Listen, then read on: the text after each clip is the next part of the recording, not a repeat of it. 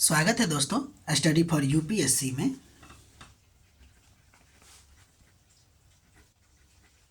हम लोग इकोलॉजी अध्ययन कर रहे थे और जिसका पार्ट 10 है। हम लोगों ने ना इकोलॉजी में चैप्टर 1 जो कि बेसिक है इकोलॉजी का वो कंप्लीट कर चुके थे। लगभग 8 वीडियो बना है। 9वां वीडियो में हमने इकोसिस्टम की शुरुआत कर दिया था, ठीक। और आज से मतलब कि पार्ट 10 है ये और ये कंटिन्यू अभी चलेगा, ठीक है। तो पारिस्थितिक तंत्र की संरचना की अगर हम बात करें तो इसमें जैविक और अजैविक मेनली आता है, ठीक है। इसके दो संरचना में 2 पार्ट हो जाएंगे, एक जैविक और अजैविक। और इसमें ऊर्जा का घटक भी हम संरचना में ऐड कर सकते हैं, ठीक। अब हम लोग जैविक घटक यानी कि बायोटिक कंपोनेंट के बारे में देखते हैं। इसका एक चार्ट बनाया गया है। देखिए, जैविक कंपोनेंट की जब बात करते हैं तो ये 2 पार्ट में होता है। एक तो स्वपोषी जिसको ऑटोट्रॉप कहते हैं, और एक होता है परपोषी यानी कि विषमपोषी जिसको हम लोग हेटेरोट्रॉप्स कहते हैं। अगर हम स्वपोषी की बात करेंगे तो एक होगा प्रकाश संश्लेषी जो कि हरा पौधा होता है, और एक रसायन संश्लेषी जो कि सल्फर जीवाणु होते हैं या अन्य जीवाणु होते हैं जो अपना खाना खुद बनाते हैं, ठीक है। तो स्वपोषी में प्रकाश संश्लेषी और रसायन पोषी दोनों आते हैं, और चूंकि ये उत्पादन का काम करता है इसलिए इसको प्रोड्यूसर कहते हैं। अगर हम परपोषी की बात करें तो परपोषी में कुछ ऐसे होंगे जो जिंदा चीज़ों को मार के खाएंगे, परभक्षी होंगे, प्रीडेटर होंगे, और कुछ ऐसे होंगे जो मृत जीवों को खाएंगे जिसको सैप्रोफाइटस कहते हैं। मृतजीवी में ही आपको, ये एक छोटा टर्म नहीं है, मृतजीवी बहुत बड़ा टर्म है। उसमें हम लोग अपघटनकर्ता के बारे में देखेंगे, अपघटनकर्ता में जीवाणु और कवक के बारे में देखेंगे। परभक्षी की जब बात करते हैं तो ये भी आपको उपभोक्ता है और ये भी उपभोक्ता होगा, है ना। उपभोक्ता लेवल पे यानी कि खाने की आदत के लेवल पे परभक्षी यानी कि उपभोक्ता को फिर से हम लोग 3 पार्ट में बांटते हैं। शाकाहारी यानी हर्बीवोरस, इसको प्रथम श्रेणी का उपभोक्ता कहते हैं। मांसाहारी कार्निवोरस द्वितीय श्रेणी का उपभोक्ता कहते हैं। सर्वाहारी ओमनिवोरस तृतीय श्रेणी का उपभोक्ता कहते हैं, ठीक है। तो ये है आपको जैविक घटक का एक स्ट्रक्चर, ठीक है। सबके बारे में थोड़ा थोड़ा हम लोग पढ़ेंगे क्योंकि एक ओवरऑल होलिस्टिक अध्ययन कर रहे हैं ना, तो आप क्या जानते हैं नहीं जानते हैं उस सब को देखते हुए जहाँ तक स्टूडेंट को फ़ायदा हो सके वो करने की कोशिश किया जा रहा है, ठीक है। कुछ भी छोड़ा नहीं जा रहा है, ठीक है। अगर आपको ये सब चीज़ आता है तो आप स्किप कर सकते हैं, नहीं आता है तो नोट बनाइए, कम से कम एक ओवर और नोट तो बन जाएगा आपका, ठीक है। अभी हम लोग आगे बढ़ते हैं। अजैविक घटक की बात करते हैं। अजैविक घटक में हमको एक तो फिजिकल कंपोनेंट आएगा जिसमें स्थल मंडल, जल मंडल, वायुमंडल, तुषार मंडल, बहुत सारा मंडल आएंगे। अकार्बनिक घटक में जल, गैस, खनिज एवं लवण आएंगे। कार्बनिक घटक में वसा, प्रोटीन और कार्बोहाइड्रेट आएंगे। इसके अलावा ऊर्जा के अगर घटक की बात करेंगे तो उसमें सौर ऊर्जा आएंगे। इसके अलावा अन्य घटक में गुरुत्वीय ऊर्जा आएगा, भूतापीय ऊर्जा आएगा, ज्वारीय ऊर्जा आएगा। तो ये है इसका स्ट्रक्चर जिसमें हमको पढ़ना है। तो पहले हम लोग शुरुआत करेंगे जैविक घटक का, और उसमें भी पहले हम लोग शुरू करेंगे स्वपोषी जिसको प्राथमिक उत्पादक कहते हैं, ठीक है। अब जानते हैं कि जीव जैसे कि हरे पौधा हो गया, जीवाणु हो गए, है ना, कुछ जीवाणु, इसके अलावा कुछ मतलब शैवाल हो गए, वो सब जो है आपको सूर्य के प्रकाश की उपस्थिति में अपना भोजन स्वयं बनाते हैं। इसी को हम लोग क्या कहते हैं, स्वपोषी कहते हैं। बहुत सिंपल परिभाषा। उसी तरह अगर हम विषमपोषी की बात करें जिसको भक्षीपोषी भी कहते हैं या जिसको उपभोक्ता भी कहते हैं, वो अपना भोजन खुद स्वयं नहीं बनाता है, ठीक है। तो इसको भोजन के आधार पे अगर हम बांटे तो पहले बनता है आपको प्राथमिक उपभोक्ता जिसको शाकाहारी या शाकभक्षी भी कहते हैं। ये क्या होता है, हरे पौधा खाने वाले जीव होते हैं, जैसे बकरी हो गया, गाय हो गया, हिरन हो गया, खरगोश हो गए, इसके अलावा कीट हो गया, बहुत सारा एग्जाम्पल आएंगे। भोजन के आधार पे द्वितीय उपभोक्ता है जिसको हम जो शाकाहारी को खाते हैं, ध्यान दीजिएगा, शाकाहारी को, जैसे पक्षी कीट को खाता है। लोमड़ी हिरन या लोमड़ी आपको क्या कहते हैं उसको, बकरी को खा सकता है, ठीक है ना, खरगोश को खा सकता है, ठीक है ना।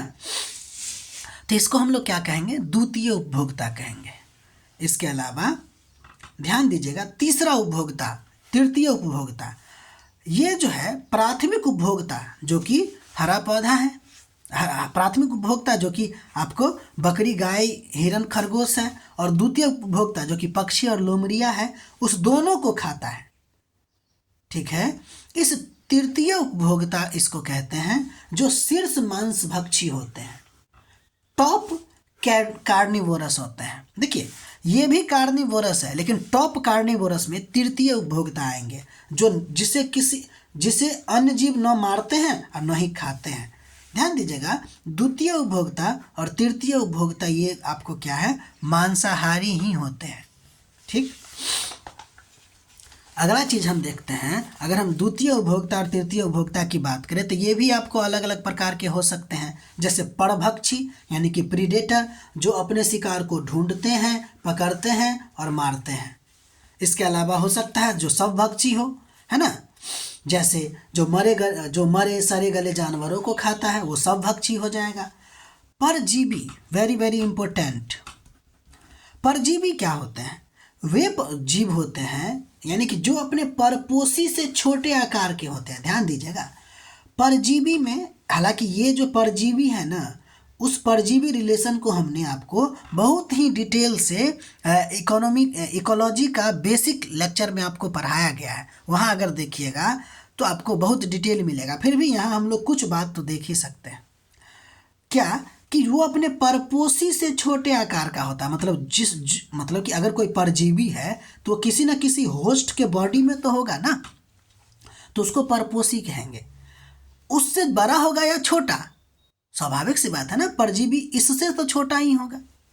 तथा अपने परपोषी के ऊपर अथवा उसके भीतर, तब ना परजीवी दो प्रकार के होते हैं, एक अंदर में रहने वाला, एक बाहर में रहने वाला। अंदर में रहने वाला जैसे हमारे स्मॉल इंटेस्टाइन में आपको ई कोलाई बैक्टीरिया रहता है। अगर हम बात करें हमारे शरीर के ऊपर तो कभी कभी जू देखने को मिलता है, लीच होता है ना, वो सब जिसका वे भोजन करते हैं, यानी कि ये या तो हमारे शरीर के अंदर हो सकता है, नहीं तो शरीर के बाहर होंगे। ध्यान दीजिएगा, जब तक परपोषी जीवित रहते हैं तब तक वे उनसे भोजन लेते हैं। ठीक है।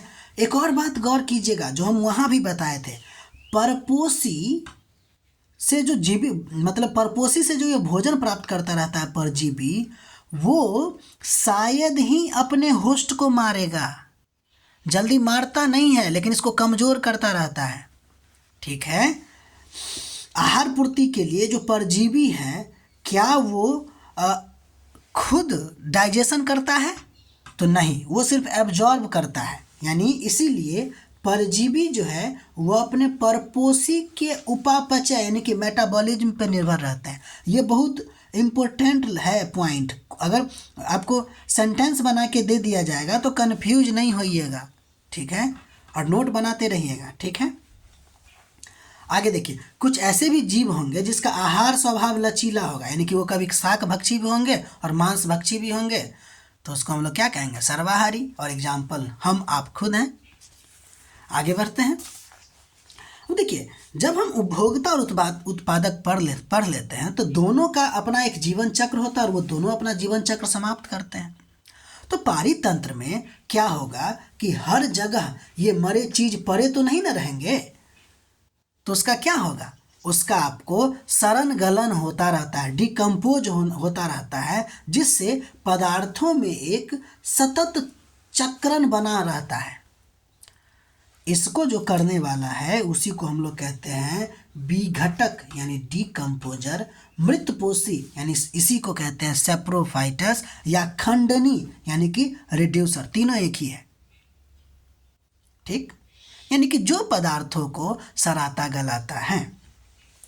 तो ये जो हम कह रहे हैं मृतपोषी या विघटक या फिर खंडनी, ये एक बड़ा शब्दावली है जो हम आपको पहले भी बताए हैं, जिसमें बड़े आकार से लेके छोटे आकार तक के जीव शामिल होते हैं मृतपोषी में।